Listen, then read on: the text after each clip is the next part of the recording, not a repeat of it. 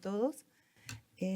También darle las gracias al comité organizador de este programa que es para nosotras las enfermeras de bastante ayuda, de bastante apoyo, porque nos lleva a leer, a investigar, ¿no? Y a saber manejar los nuevos equipos que vienen cada día o cada año aparecen nuevos equipos y nosotros a veces decimos, ¿y esto de dónde salió? ¿Qué pasó?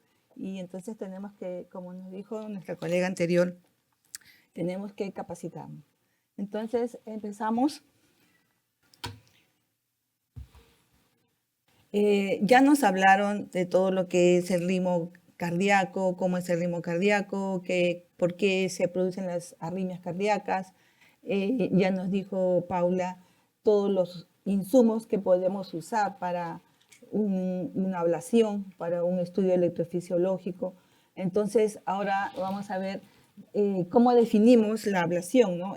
Nos referimos a la aplicación, que también nos dijo la colega anterior, mediante un catéter especial que da una forma de energía a través de radiofrecuencia, crioablación, frío láser, que produce una lesión controlada y localizada de una zona de tejido cardíaco responsable de la formación de dicha arritmia. Entonces, para hacer una ablación, generalmente el paciente ya debe haber tenido un estudio electrofisiológico para saber qué tipo de ablación vamos a hacer y qué tipo de arritmia tiene el paciente para hacer esta ablación con nuestro paciente. Entonces, ¿cuáles son? Ya también nos habló Paula de cuáles son los tipos de ablaciones que tenemos por radiofrecuencia, crioablación, navegadores y todos los que ya nos mencionó Paula. Actualmente, las taquicardias son potencialmente tratables. La indicación de una ablación en un paciente concreto dependerá de la situación clínica del paciente, del tipo de arritmia que tiene el paciente, de la frecuencia con que aparece esta arritmia. Yo puedo tener un paciente con fibrilación auricular con tratamiento para la fibrilación auricular, pero el tratamiento no responde adecuadamente. Entonces, estos pacientes son los que llegan a la consulta varias veces o a la emergencia que están con arritmias con una frecuencia alta y ellos son los que no responden al tratamiento. Entonces, el médico evalúa, va a la consulta con el electrofisiólogo, el médico va a evaluar si necesita una ablación, qué tipo de ablación necesita este paciente. Entonces, y las repercusiones de su calidad de vida. Estas repercusiones son que el paciente se levanta en las noches, se despierta con disnea, se despierta con las palpitaciones, piensa que se va a morir y que ya quiere que lo lleven al médico porque se siente mal.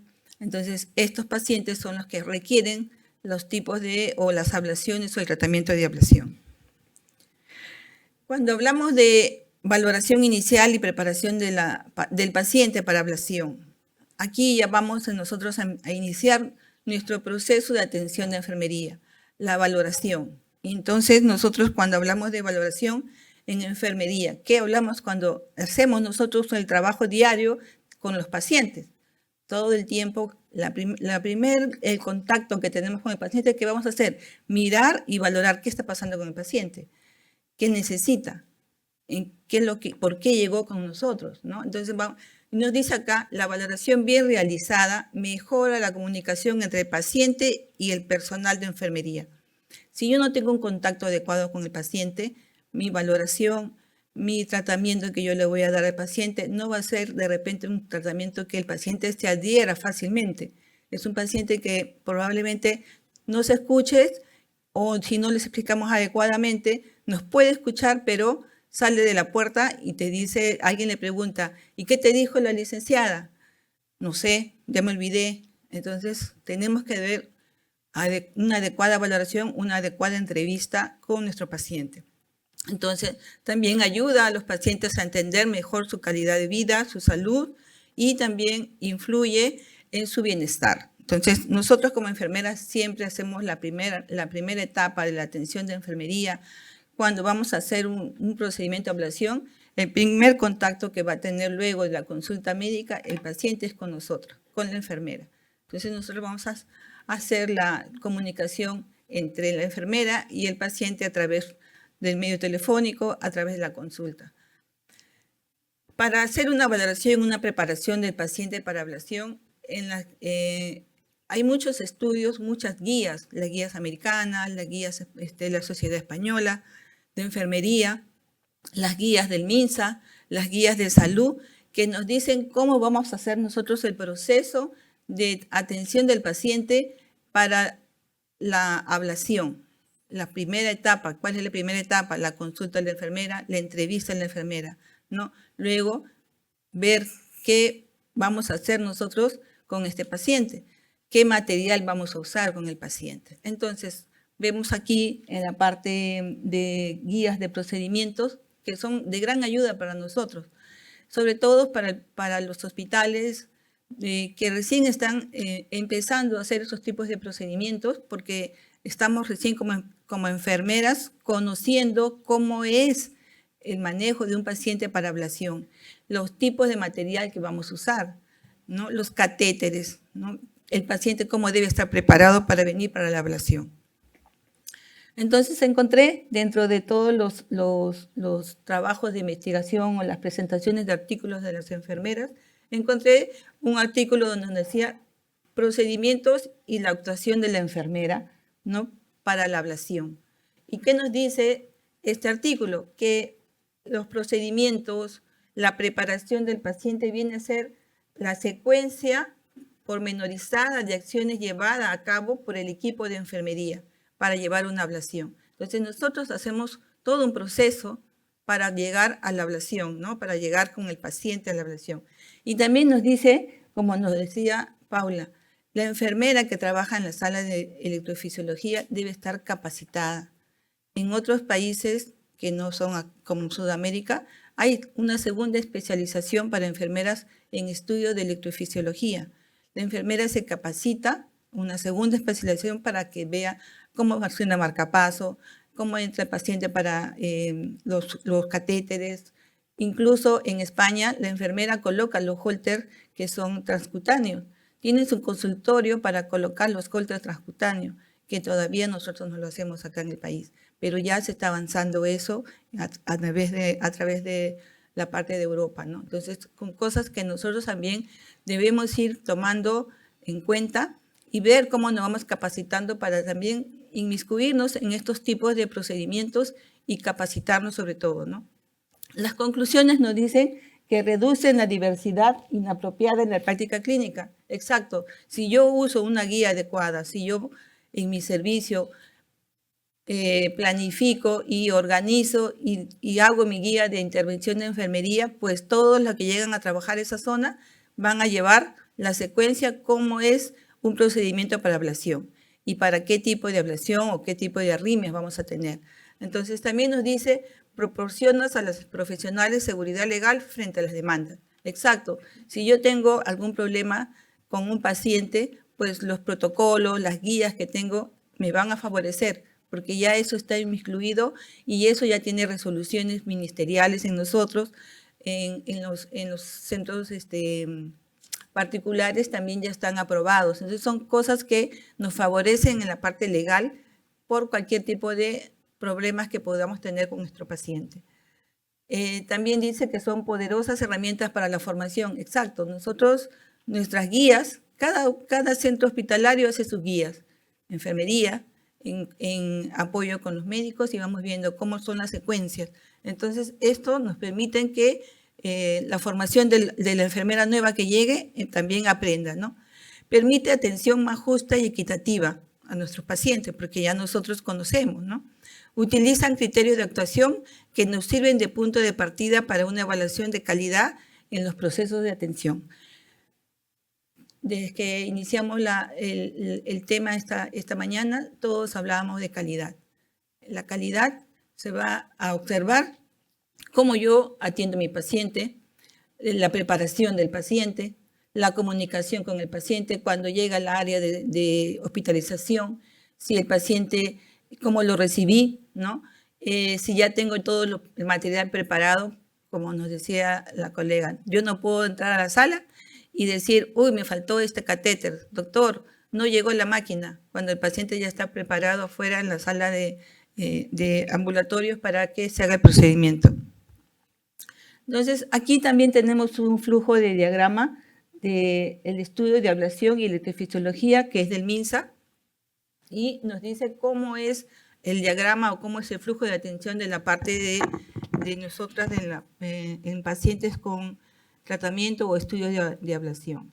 En primer inicio, como ya les dijimos, era la consulta con el médico, ¿no? Este paciente, el médico va a requerir todos los insumos que necesitamos para la ablación, los catéteres, y ya vimos toda la inmensidad de equipos que nos mencionó Paula, la coordinación que hace el médico con la enfermera, que es lo que el primer eslabón que continúa del contacto del paciente con el médico va a ser la enfermera, porque la enfermera va a acudir para el llamado de llamarlos y saber si ya sabe cuál es el procedimiento que le van a hacer, la revisión del paciente y la orden hacia la enfermera, los formatos CIS. Nosotros en el MINSA trabajamos a través del CIS y el CIS es lo que nos disponen todo el material e insumos para los pacientes, ¿no?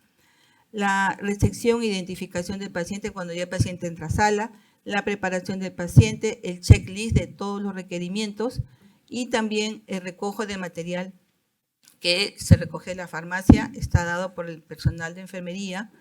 Al final, la ejecución del procedimiento con el médico electrofisiólogo y todo el equipo de trabajo, y finalmente se traslada el paciente a la sala de recuperación o a la sala de UCI coronaria, ¿no?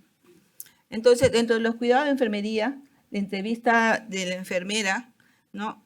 Vamos, como ya les dije, la orden de la programación, la vamos a recibir, el plan de evaluación prequirúrgica, si el paciente va a necesitar solamente sedación o va a necesitar anestesia general, si el paciente tiene algunos exámenes complementarios, tomografía, resonancia, si el paciente tiene sus exámenes de laboratorio, ¿no?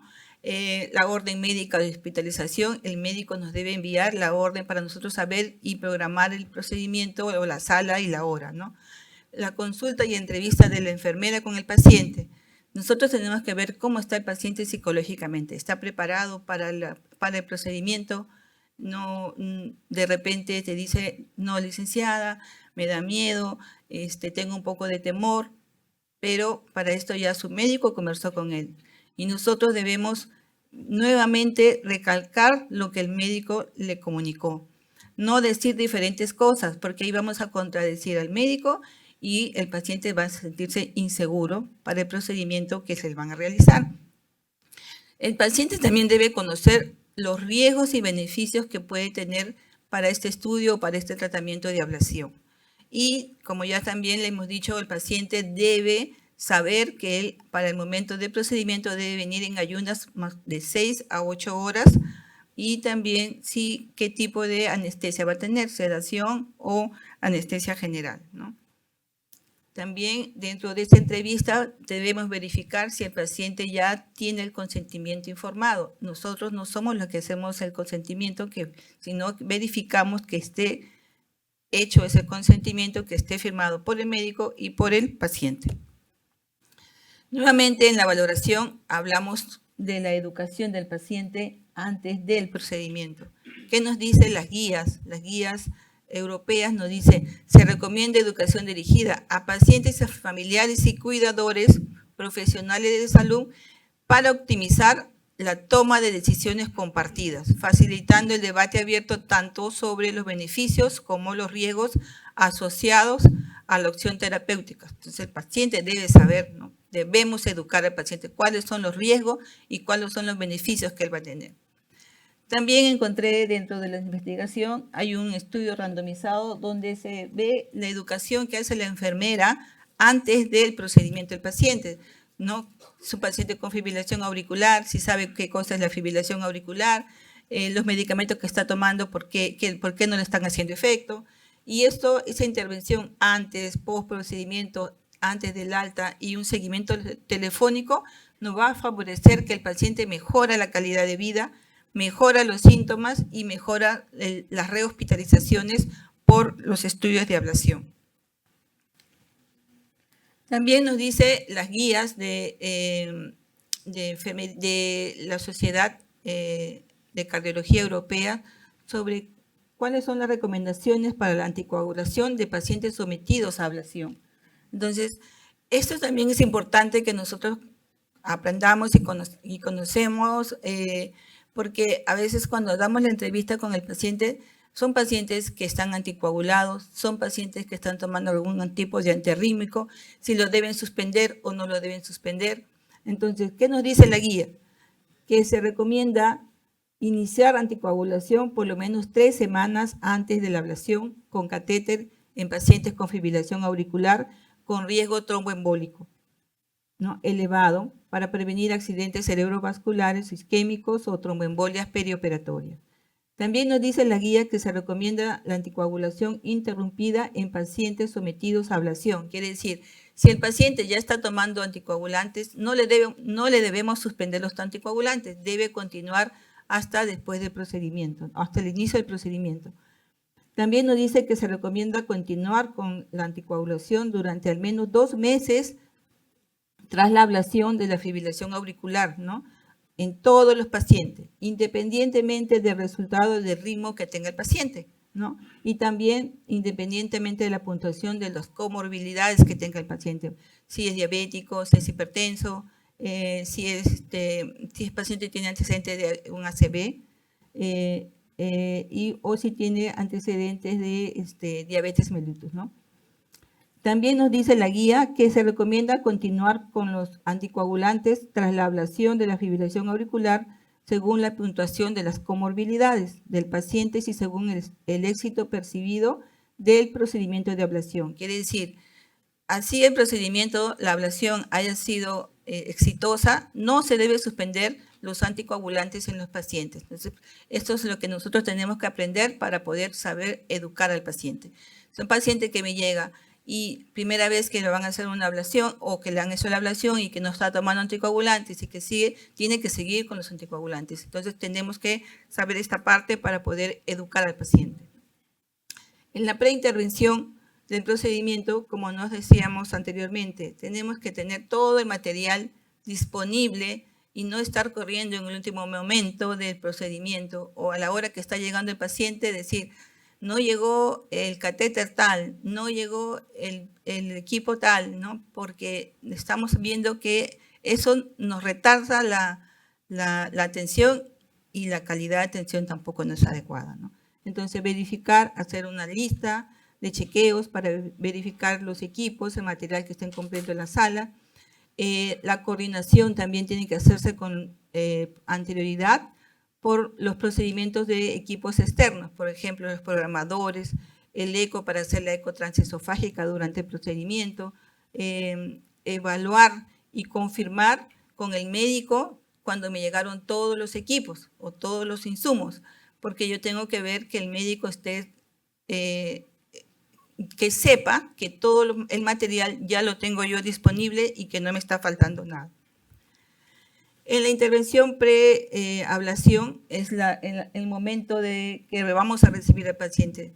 Debemos observar que el paciente tenga rasurado completo la ingle, si es varón, el tórax, la espalda, porque en algún momento de los tipos de ablación vamos a necesitar colocarle los parches. Entonces, si está con el tórax lleno de vellos, ¿cómo vamos a colocar los parches, no? Verificar también el brazalete de identificación del paciente, verificar si el paciente tiene alergias, si el paciente tiene riesgo de caídas, ¿no? Canalizar las vías periféricas del paciente, retirar todo tipo de prótesis del paciente y monitorizar los controles de funciones vitales del paciente antes de ingresar a la sala de electrofisiología. También nos dice que en algunos casos de taquicardia auricular es necesario tener una tomografía o resonancia magnética cardíaca para la reconstrucción de las aurículas con los navegadores, ya que a veces son ablaciones de difíciles accesos y es necesario mapear ambas aurículas. Entonces, siempre tenemos que tener en cuenta si el paciente ya se realizó una tomografía, una resonancia, y si esos estudios están a la mano para que cuando esté en sala se pueda evaluar, ¿no? Registrar siempre el electrocardiograma inicial, con qué ritmo está llegando, ¿no? Qué frecuencia tiene, saber en qué ritmo se encuentra, el paciente al llegar a la sala y anotar las funciones vitales y el inicio del procedimiento. Acá también les traje una parte donde hablamos del ecocardiograma transesofágico. ¿Por qué siempre nos piden traigan la máquina de eco? No podemos iniciar si no se ha hecho la transesofágica, ¿no? Porque este ecocardiograma nos permite guiar la variante anatómica del septo interauricular, o sea, por dónde va a pasar la aguja de punción septal el paciente, ¿no? Que modifica la configuración que se puede modificar con la configuración de fluoroscopía, permite la detección inmediata de la formación de un trombo. Si el paciente tiene trombo en la orejuela de la aurícula izquierda, este paciente no va a entrar a la sala porque puede hacer una embolia cerebral, ¿no? O también para verificar durante el procedimiento si se forman los coágulos. También es la colocación adecuada del introductor transectal y en la ubicación deseada, que es el foramen oval. También nos dice que para qué nosotros necesitamos este estudio de ecografía transesofágica, porque detecta de manera temprana el taponamiento cardíaco, nos permite una monitorización en tiempo real. Quiere decir, estamos monitorizando el paciente en tiempo real con la ecografía transesofágica. El médico está punzando y le está diciendo al ecografista cómo está, o evalúa si hay sangrado, evalúa si hay trombos, fíjate si hay trombos, y estamos mirando in situ en el momento del estudio cómo están las cámaras cardíacas, ¿no? También nuestro trabajo de enfermería es en la parte de ver cómo llega el paciente, ¿no? En qué posición vamos a colocar el paciente, cuáles son todos los equipos que vamos a colocar alrededor del paciente, la máquina de anestesia, el cardiodefibrilador, el ecógrafo, el angiógrafo, el polígrafo, el navegador, la mesa de la enfermera donde va a manejar todos los insumos que son estériles, evaluar al paciente para la colocación de los parches transdérmicos, los parches que son para el desfibrilador, del tipo de procedimiento que vamos a hacer, si van a hacer un estudio de ablación con carto, y también es muy importante la colocación de los electrodos para la monitorización del electrocardiograma continuo durante el procedimiento. Entonces acá vemos aquí en una figura cómo estamos monitorizando al paciente para ver el mapeo del electrocardiograma durante la ablación, ¿no? Otra de nuestro trabajo es colaborar con el anestesiólogo durante la preparación del paciente, el control importante de la coagulación, ¿no? Cuánto está el INR, cuánto está el TCA, vigilar durante la ablación los cambios de impedancia y temperatura y las potencias de los catéteres, vigilar que se respeten las condiciones de asepsia durante el procedimiento. Esto es importante, porque a veces decimos, no, no es necesario que se maneje con la... he visto en algunas salas, no manejamos la parte de enfermería, la asepsia. Dejamos que el médico se lave las manos y entre con las manos chorreando y abre la mesa y está cerca de la mesa. Entonces son cosas que tenemos que estar mirando como enfermeras, vigilando la asepsia para el procedimiento de nuestro paciente, porque eso va a ser un punto de partida para una infección, puede ser de la zona de introductor del paciente, ¿no? Los cuidados intraoperatorios del paciente, la prevención de la hipotermia, verificar la posición anatómica del paciente, ¿no?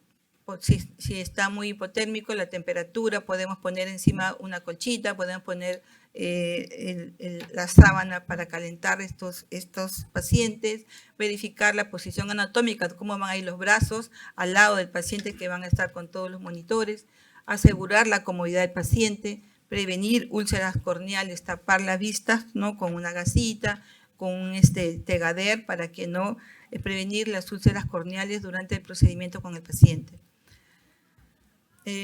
Importante también la colocación del parche transdérmico, ya les dije, ¿no? Porque eso va a prevenir las quemaduras, como nos comentó la colega anteriormente, porque estamos usando, de acuerdo al tipo de ablación, si es por radiofrecuencia, acuérdense que dijimos que colocaba un poquito de corriente eléctrica que va a producir una lesión en el tejido. Y si nosotros no colocamos estos parches, va a generar una úlcera, una perforación del tejido y eso hace que el paciente pueda tener un taponamiento cardíaco porque va a sangrar, ¿no? Y los cuidados intraoperatorios también hablamos de la preparación de la solución salina, administrar la heparina, 140 miligramos por kilogramo de peso, realizar el control de ACT, debemos llegar a un valor de 300, ¿no? Del ACT al iniciar durante el procedimiento, evaluar cómo está nuestro control del tiempo coagulación y también manejar el sistema de circuito cerrado, ver que no se pasen las burbujas en el circuito de irrigación, ¿no? Porque también eso nos va a traer complicaciones con el paciente. En las soluciones vamos a colocar heparina, 1000 unidades, y en el bolo que tenemos en la mesa colocamos 5000 unidades de heparina, ¿no? Purgar la línea, asegurarse que no existan burbujas, ya les dije, e irrigar el catéter. Entonces, una vez terminado el procedimiento, el paciente que se realizó un estudio de electrofisiología más ablación, este paciente pasa a la unidad coronaria o la unidad de cuidados intensivos.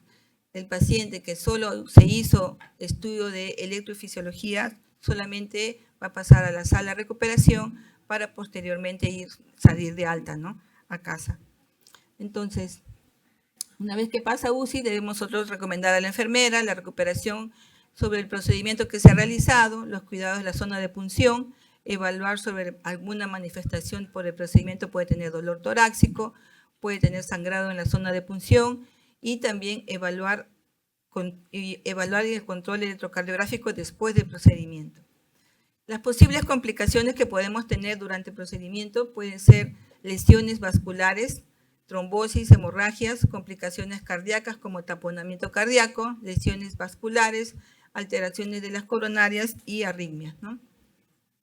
Entonces, como conclusión, decimos que nuestras guías de procedimientos que nosotros valoramos y que nosotros tenemos en cada área reducen diversidad inapropiada en la práctica clínica, que es decir, nos va a reducir algún tipo de problemas que podamos nosotros tener durante el procedimiento.